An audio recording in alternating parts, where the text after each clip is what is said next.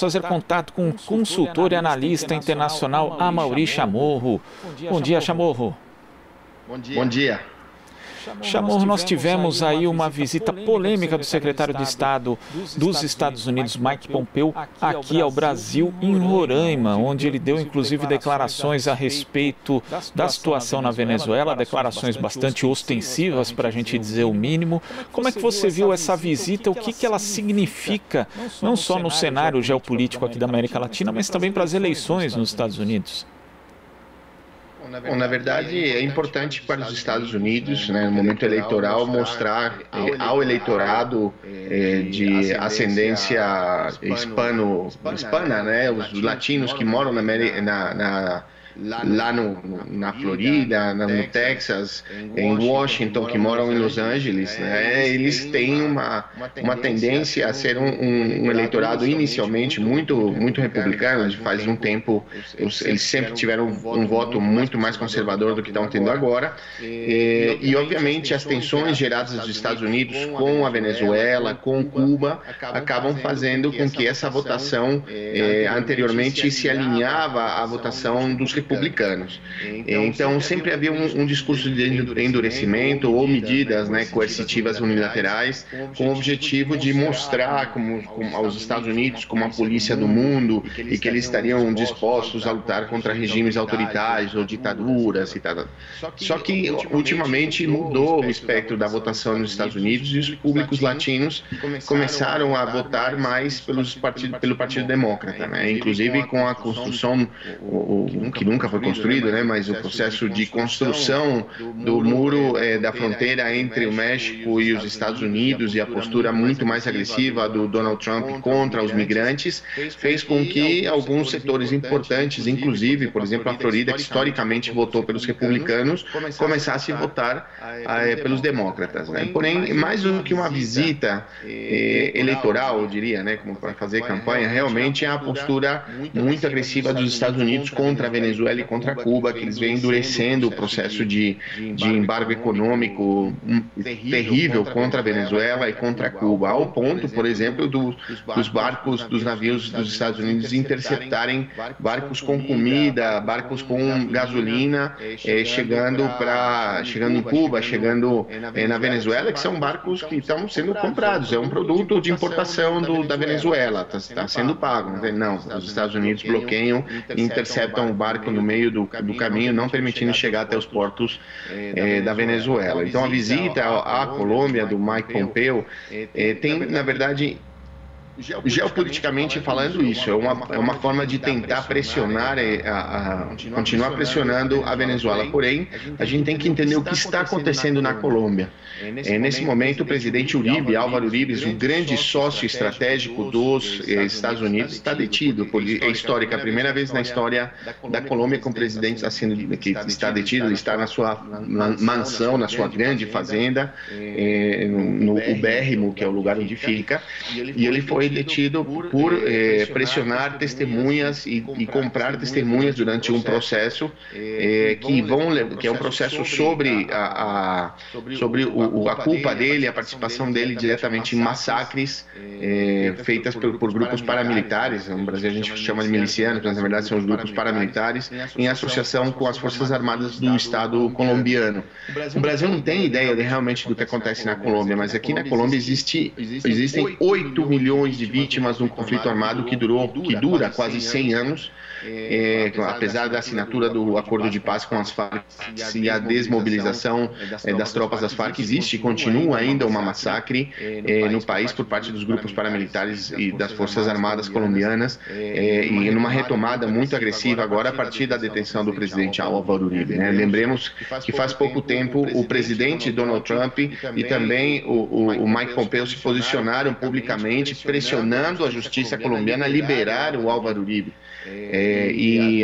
O país voltou a ter uma série de marchas e uma massacre da polícia a jovens estudantes que na semana passada, num só dia, assassinaram 14 estudantes, e os vídeos são terríveis. Você vê a polícia atirando o seu nome, né, o policial não deixando para ser identificado e atirando nas principais avenidas de Bogotá contra estudantes que estavam marchando, caminhando com cartéis cartaz com pancartas, né, com suas arengas, né, gritando, tal, e eles foram assassinados, e até hoje não teve nem sequer início de investigação por parte do Ministério Público. Então, a Colômbia, nesse momento, é um país que está convulsionando. Há uma onda de violência muito forte, já foram realizados mais de 50 massacres ao sul da Colômbia, fronteira com o Equador, assassinando quase 100 pessoas inocentes, e ninguém sabe quem foi, mas pela postura, pela roupa, se sabe no país que são os grupos paramilitares que voltaram a demonstrar uma violência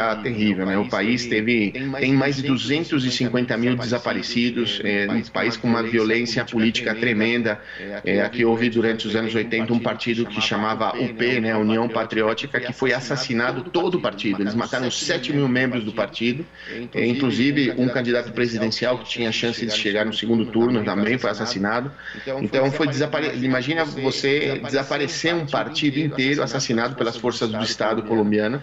E o Álvaro Uribe, o que ele fez quando chegou na presidência da República foi realmente fortalecer esses grupos paramilitares para combater a guerrilha, mas as massacres que eles realizaram, eles desapareceram cidades inteiras no interior da Colômbia, cidades inteiras desapareceram, eles foram assassinados, todas as pessoas que moravam nessas cidades eram picadas em pedaços e os seus pedaços dos corpos eram distribuídos no meio da selva para que o Ministério Público ou a ONU não identificassem onde estavam os corpos, então não declarasse uma massacre. Tudo isso está sendo investigado hoje pela JEP, né, que é a Justiça para o Processo de Paz, é uma justiça especial, onde as pessoas podem, os atores do conflito armado podem ir e contar a verdade do que está acontecendo no país. Então, os grupos paramilitares, as Farc, inclusive membros importantes do exército colombiano, estão indo a essa justiça contar o que eles fizeram, inclusive a mando do presidente Álvaro Uribe. E um dos principais casos terríveis que aconteceram na Colômbia, aqui existe o caso dos falsos positivos. Durante o governo do Álvaro Uribe, 10 mil jovens e crianças foram sequestradas das suas casas e eles foram vestidos de guerrilheiros e assassinados e jogados no meio do mato para apresentar como um troféu. Olha, nós estamos vencendo a guerra contra os paramilitares, quando na verdade eram jovens das cidades e crianças da cidade, e eles, quando apresentavam algum corpo de um guerrilheiro, eles recebiam um prêmio em dinheiro pelo combate, por ter abatido um guerrilheiro.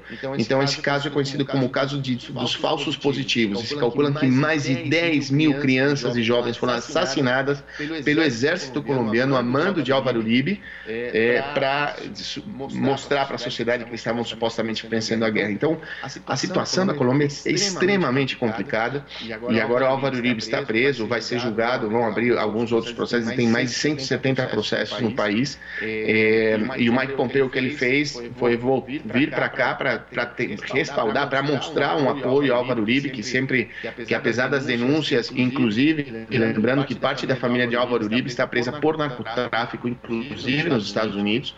Álvaro Uribe tem uma conexão direta com o Pablo Escobar, ele é um dos grandes chefes do narcotráfico na Colômbia. Ele é um sócio estratégico dos Estados Unidos para desestabilizar a região e permitir que os interesses dos Estados Unidos prevaleçam, principalmente no território colombiano, que é o maior produtor de droga do mundo, o maior fornecedor de cocaína. Inclusive, hoje aumentou 30% a sua produção de cocaína e envia aos Estados Unidos, que é o comprador da droga da Colômbia diretamente dos Estados Unidos. Então, há um interesse de manter o controle sobre essa região e, obviamente, pressionar a Colômbia, pressionar a Venezuela. E agora, nos processos eleitorais, lembrando que em fevereiro o Equador vai entrar no processo eleitoral, o presidente Rafael Correa não vai concorrer, porém, o Andrés Arauz, que é o seu candidato, está liderando as pesquisas. A mesma coisa, o mesmo acontece na Bolívia com Luiz Arce, que é o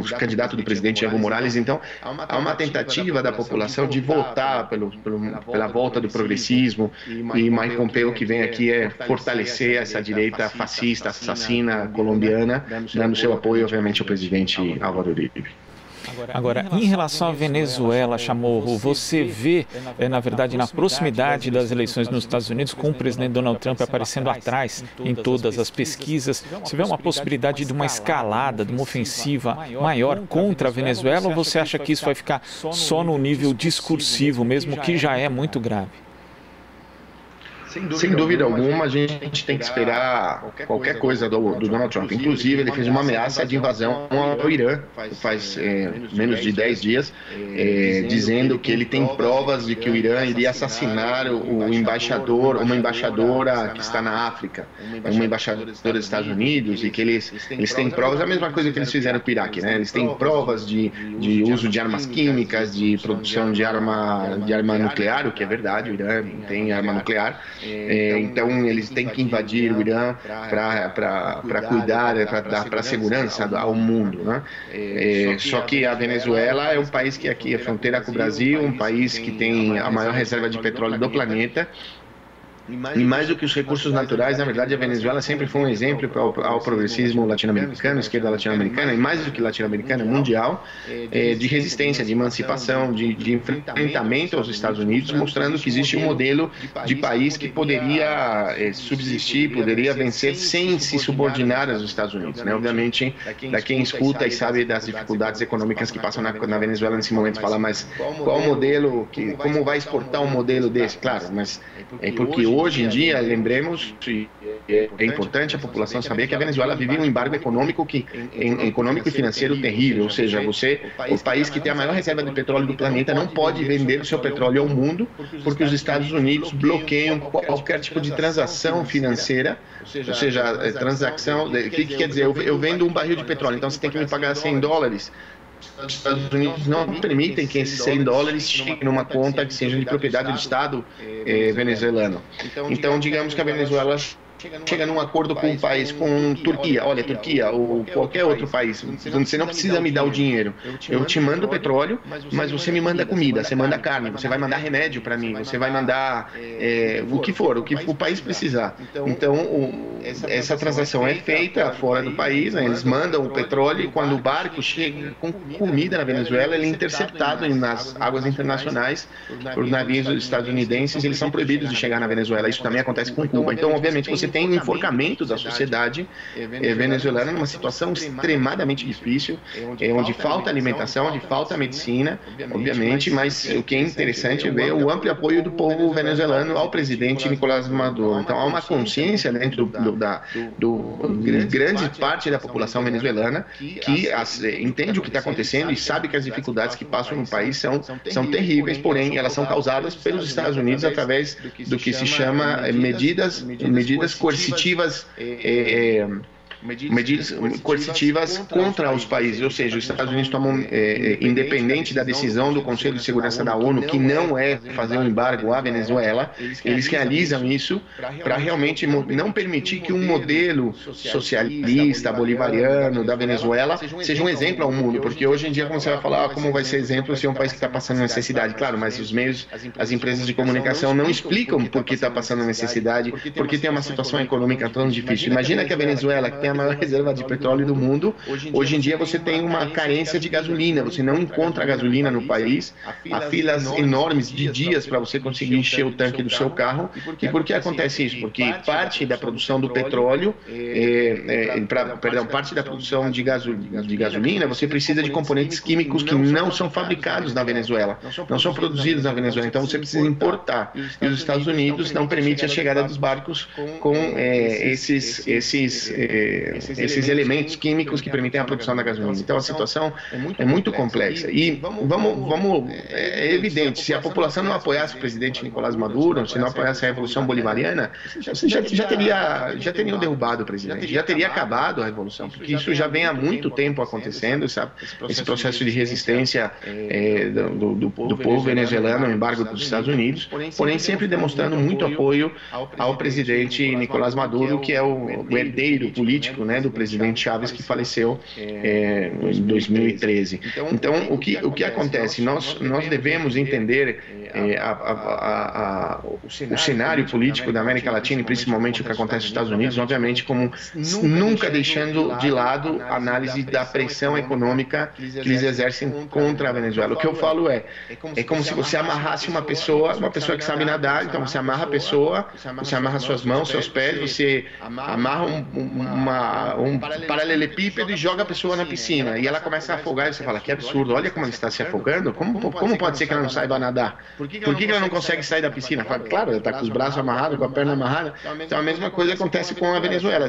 Não dá para você fazer uma análise objetiva da Venezuela se você não falar objetivamente sobre o bloqueio que ela está sendo vítima. E o bloqueio é feito contra Cuba também feito contra o Irã, também é feito contra a Síria, que são os países que decidiram não se submeter aos interesses dos Estados Unidos.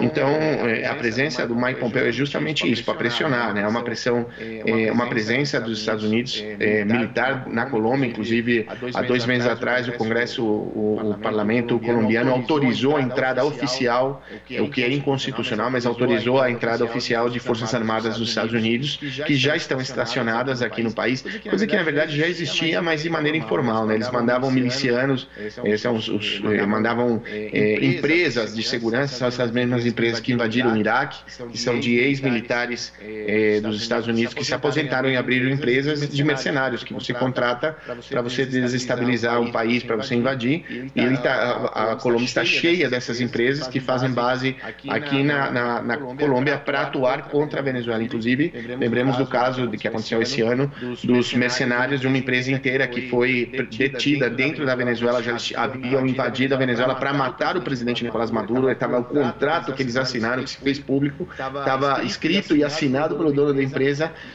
e do outro lado quem pagava era a oposição venezuelana, e o objetivo dessa empresa, desses mercenários, era entrar e assassinar o presidente Nicolás Maduro.